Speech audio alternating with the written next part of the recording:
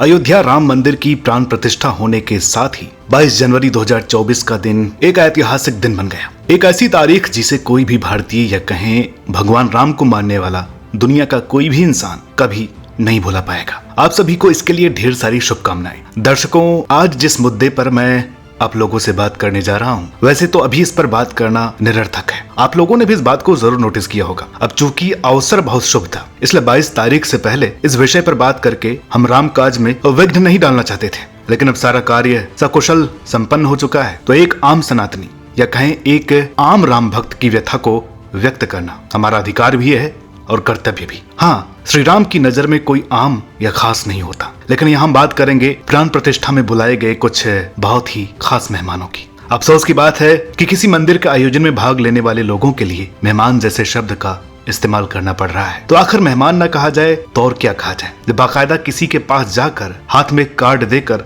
Invite किया जा रहा हो, जैसे कोई शादी ब्याह या घरेलू फंक्शन हो। चलिए इसे एक औपचारिकता या फिर भारतीय परंपरा का हिस्सा ही मान लेते हैं। तो फिर सवाल ये है कि आपने किस आधार पर यह डिसाइड किया किसमें किसे बुलाना है और किसे नहीं। माफ कीजिएगा, लेकिन पता नहीं क्यों ऐसा लग रहा है कि आपको जो सेलिब्रिटी पसंद था आपने उसको बुलाया, बाकी जिसको जो सोचना है वो सोचे, आपको क्या। सीधी सी बात है, जब आयोजक अपनी पसंद के हिसाब से लोगों को बुलाएगा तो कार्यक्रम उसका पर्सनल ही माना जाएगा। हजारों कार सेवक और स्थानीय लोग जिन्होंने हर बार राम मंदिर को लेकर हुए आंदोलन में अपने खून बहाए हैं, लाठियां खाई हैं, यहाँ तक कि अपने परिजनों को भी खो दिया है। कितने लोग आज भी जीवित हैं जिन्होंने इस संघर्ष में गोलियां खाई थी और उन्हें पूरा भरोसा था कि शायद उनकी जान इसलिए बच गई थी ताकि जब कभी रामलला टेंट से निकलकर अपने स्थान पर विराजमान होंगे तो उस पल के साक्षी वह भी बनेंगे। लेकिन यह कितने शर्म की बात है कि आप दर्जन भर से ज्यादा फिल्मी एक्टर्स को तो बुला सकते हैं, लेकिन इन खूनी संघर्षों में शामिल 4-6 लोकल लोगों को सम्मान नहीं दे सकते हैं। राम मंदिर ट्रस्ट के महासचिव चंपत राय के अनुसार प्राण प्रतिष्ठा में बड़ी संख्या में गणमान्य व्यक्तियों को निमंत्रण दिया गया था, जिसमें लगभग 4000 संत और 2200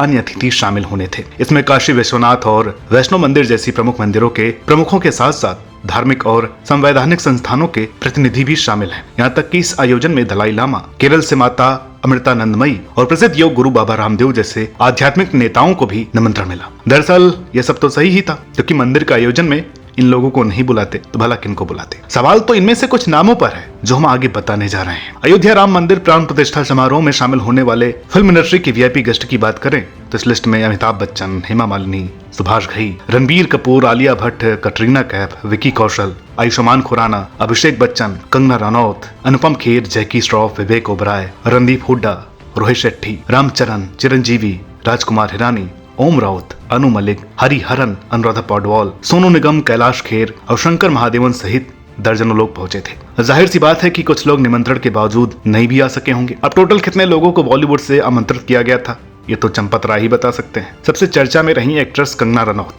जो कि प्राण प्रतिष्ठा समारोह में शामिल होने के लिए रविवार 21 जनवरी को ही अयोध्या पहुंच गई थी। यहाँ तक कि अयोध्या के हनुमानगढ़ी मंदिर में उन्होंने झाड़ू भी लगाई, जिसके वीडियो और पिक्चर्स सोशल मीडिया पर खूब वायरल भी हो रहे हैं। इतना ही नहीं, उसके बाद उन्होंने हवन भी किया। चलिए अच्छी बात है कि ये सब किया। कंगना ही नहीं, बॉलीवुड के कई एक्टर और फिल्म मेकर समय समय पर धार्मिक स्थानों पर दिखाई देते ही रहते हैं जब उनका भगवान से कोई काम पड़ता है या जब कोई फिल्म रिलीज होती है। सवाल ये है कि अयोध्या आने के बाद ये सब तो करने वाले करते ही हैं, लेकिन कंगना ने या दूसरे एक्टर्स ने ऐसा क्या कर दिया राम मंदिर के लिए जो इन सबको इन्वाइट किया गया। हाँ, कुछ लोगों ने चंदा दिया, करोड़ों में चंदा दिया। तो क्या चंदा देने वाले ही वीआईपी होंगे, बाकी गरीब इंसान वीआईपी नहीं हो सकता है? इस पूरे लिस्ट में जिन नामों पर सवाल उठ रहे हैं उनमें सबसे ऊपर हैं रणबीर कपूर और आलिया भट्ट। इस कपल के इन्विटेशन के बाद सोशल मीडिया पर लोगों ने आलिया भट्ट से जुड़ी एक पिछली घटना की याद दिलाई कि कैसे जब एक बार राम मंदिर के निर्माण पर उनके नजरिए के बारे में पूछा गया तो कोई ठोस प्रतिक्रिया देने के बजाय आलिया ने इस सवाल को ही हंसी में उड़ा दिया। इस बात को लेकर लोगों ने सवाल उठाया कि जिस व्यक्ति ने इस तरह के आयोजन के लिए समर्थन व्यक्त नहीं किया था उसी को निमंत्रण देकर सम्मानित क्यों किया जा रहा है। चलिए, अपने बेवकूफाना जवाबों के लिए हमेशा से मशहूर आलिया को तो लोग एक बार भूल सकते हैं,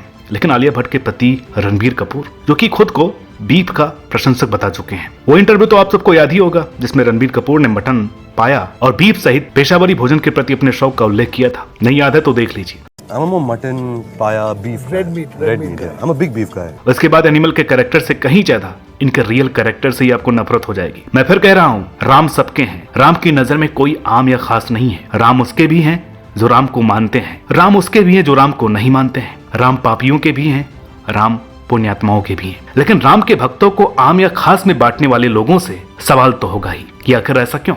कौन कह रहा है कि आप एक्टर्स को ना बुलाते, लेकिन थोड़ा तो सोच समझ करके बुलाते, कोई तो सीमा निर्धारित करते, कम से कम Dada Saheb Phalke life time achievement award या भारत रत्न पा चुके कलाकारों को बुलाते। बाकी लोग बाद में आते रहते, कौन रोक रहा है। सीधी सी बात है, राम मंदिर आयोजन जैसे पवित्र कार्यक्रम में गोमांस प्रेमी को निमंत्रण देना हिंदू समुदाय को कैसे पसंद आ सकता है। अब बीफ खाने वालों को तो चिकन मटन खाने वाला हिंदू भी बर्दाश्त नहीं कर सकता, भले ही लोग मांसाहारी क्यों ना हो, गाय को तो माता मानते ही हैं और पूछते भी हैं। दरअसल लोग बहुत जल्दी सब कुछ भूल जाते हैं, वरना फिल्म ब्रह्मास्त्र की शूटिंग के दौरान रणबीर कपूर को गोमांस के प्रति अपने प्रेम के कारण मध्य प्रदेश के उज्जैन में महाकालेश्वर मंदिर में प्रवेश के लिए विरोध का सामना करना पड़ा था। और यही बात याद आ जाती तो शायद चंपत राय इन्हें इन्वाइट न करते। जिन कुकर्मियों का विरोध एक आम सनातनी दिन रात सोशल मीडिया या अन्य माध्यमों से करता रहता है और ऐसा करने पर लोगों की गालियां और ताने भी सुनता है, सोचिए आज उसके हृदय पर क्या बीती होगी। ये व्यथा उन गो सेवकों से पूछिए जो अपनी जान की परवाह किए बगैर कानून तक को हाथ में ले लेते हैं। जब उन्होंने देखा होगा कि कैसे गोमांस भक्षक टीका लगाकर राम नामी ओढ़कर उस पंक्ति में सबसे आगे बैठा है। काल नेमी अगर आज जीवित होता तो सरयू जी में कूद करके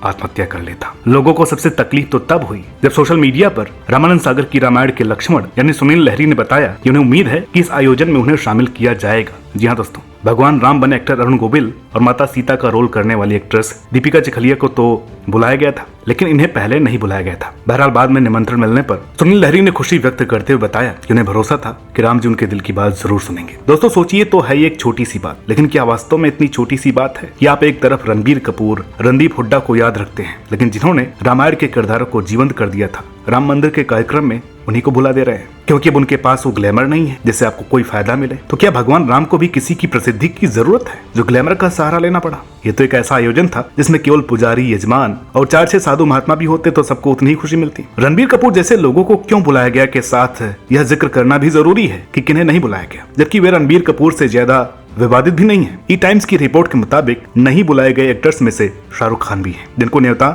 नहीं भेजा गया है। हालांकि न्योता नहीं भेजने के पीछे का कारण अभी तक सामने नहीं आया है। चलिए, रणबीर कपूर विवादित थे लेकिन फिलहाल एक ब्लॉकबस्टर फिल्म दी है तो उन्हें बुला लिया गया। फिर तो शाहरुख खान ने तो 2 ब्लॉकबस्टर दी है और एक हिट भी दी है, तो फिर उन्हें क्यों नहीं बुलाया गया? वही राम मंदिर प्राण प्रतिष्ठा समारोह में सलमान खान और आमिर खान को भी इनविटेशन नहीं दिया गया। आमिर खान का नाम सुनकर आप लोग थोड़ा चौंक गए होंगे क्योंकि शायद बॉलीवुड के ये सबसे पहले खान हैं जिन पर सनातन विरोधी होने का ठप्पा लगा। फिल्म पीके से पहले आमिर खान सबके पसंदीदा अभिनेता थे, मिस्टर परफेक्शनिस्ट कहे जाते थे, लेकिन एक फिल्म और सब कुछ बर्बाद। लेकिन सवाल ये उठता है कि पीके में पर्दे के पीछे कौन था, किसकी कुटिल बुद्धि की उपज थी ये फिल्म? तो ध्यान से देखिए इन महाशय को जो राम नामी ओढ़े और टीका लगाए नकली मुस्कान निकाल रहे हैं। आप लोगों में से बहुतों को तो ये पता ही नहीं होता है कि किसी फिल्म को बनाने में सबसे बड़ा हाथ डायरेक्टर का होता है। एक्टर तो बस एक्टिंग करता है डायरेक्टर के इशारे पर। तो ये है महाशय राजकुमार हिरानी उर्फ राजू हिरानी, जिन्होंने अपनी फिल्म पीके में हमारे आराध्य शिव को डरपोक भगोड़ा दिखाया, मंदिरों के होने पर सवाल उठाए, सनातन संस्कृति पर सवाल उठाए। इन्हें निमंत्रण इसलिए मिला क्योंकि इस भौतिक दुनिया में बहुत कामयाब इंसान है। मैं आपसे पूछना चाहता हूँ, इन्होंने कभी पीके के उन सीन्स के लिए माफी मांगी जिसमें भगवान का मजाक उड़ाया गया है? अब सवाल ये है कि जब आज तक राजकुमार हिरानी के उन सीन्स को लेकर उनकी बुराई की जाती है तो उनके जैसे मेकर्स को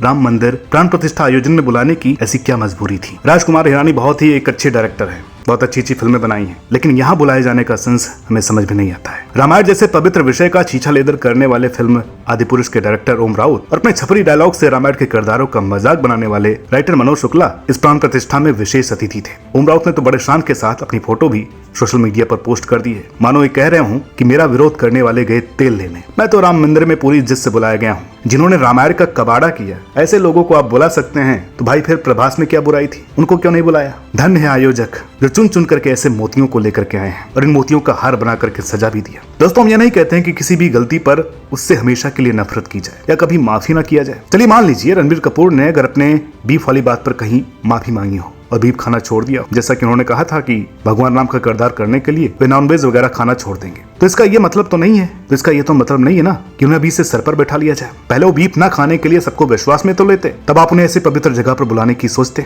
मैं फिर कह रहा हूँ, राम सबके हैं, जो बीफ खाता है उसके भी है, जो बीफ नहीं खाता है उसके भी है। लेकिन ये प्रश्न आयोजकों से है और रहेगा कि राम के भक्तों को आम या खास में बांटने वाले आप कौन होते हैं? वही सवाल ओम राउत और मनोज मुंतशिर को लेकर भी है। कितनी जल्दी आप लोगों ने उन्हें माफ भी कर दिया। ये तो अच्छा है कि पहले गलती करो, फिर माफी मांगो और फिर सबके चहेते बन जाओ। इसमें तो ठगा हुआ वो आम सनातनी महसूस कर रहा है जिसने दिन रात सोशल मीडिया पर इनकी सनातन विरोधी फिल्मों का बहिष्कार किया। दोस्तों, इस आयोजन में आने वाली किसी भी शख्सियत से हमारी कोई निजी दुश्मनी नहीं है। राम मंदिर प्राण प्रतिष्ठा की हमें भी उतनी ही खुशी है जितनी हर किसी को है, बल्कि हमको ज्यादा है, क्योंकि राम तो हमारे पूर्वज थे, क्योंकि राम की ब्लड लाइन हमसे जुड़ी है। हमारे पूर्वजों की तो गर्दनें कटी हैं, लेकिन बस आयोजकों से एक ही सवाल है, और ये है कि जब भगवान राम अपने भक्तों में कोई भी भेदभाव नहीं रखते हैं तो आप कौन होते हैं सुरक्षा का बहाना लेकर लोगों को आम और वीआईपी में बांटने वाले। अगर सुरक्षा की बात थी तो आप किसी को भी ना बुलाते, बल्कि प्राण प्रतिष्ठा आयोजन के पूरे कार्यक्रम का ही सीधा प्रसारण करवा देते। लोग लाइव देखते, किसी को किसी से शिकायत न रहती, आपको भी मंदिर और लोगों की सुरक्षा की इतनी टेंशन नहीं रहती,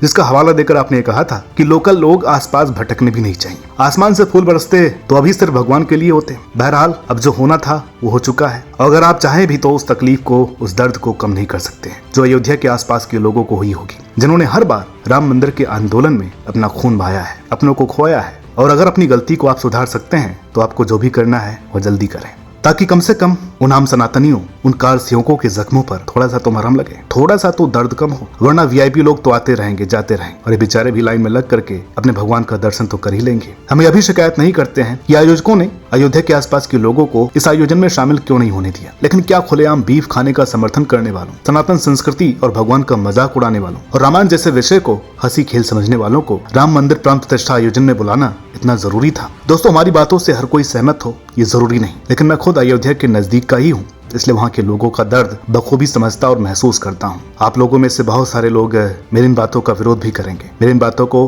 गलत भी ठहराएंगे, लेकिन शायद मुझे इससे कोई फर्क नहीं पड़ेगा। जो गलत है वो गलत है, और गलत के प्रति आवाज उठाना सबका अधिकार है और कर्तव्य भी। ये भी ध्यान रखिए। जाते जाते एक बात मैं आप लोगों से और भी बताना चाहता हूँ कि मैं किसी पार्टी विशेष का हिंदू नहीं हूँ, मैं भारत का हिंदू हूँ, मैं राम का और सनातन का हिंदू हूँ। तो आप लोग भी अपने विचार कमेंट बॉक्स में जरूर रखिएगा कि आप हमसे कितने सहमत हैं, कितने सहमत हैं। और हाँ, वीडियो अगर आपको पसंद आई हो तो इसे और लोगों तक भी जरूर पहुंचाएं। मिलते हैं आपसे अगली वीडियो में, तब तक के लिए नमस्कार।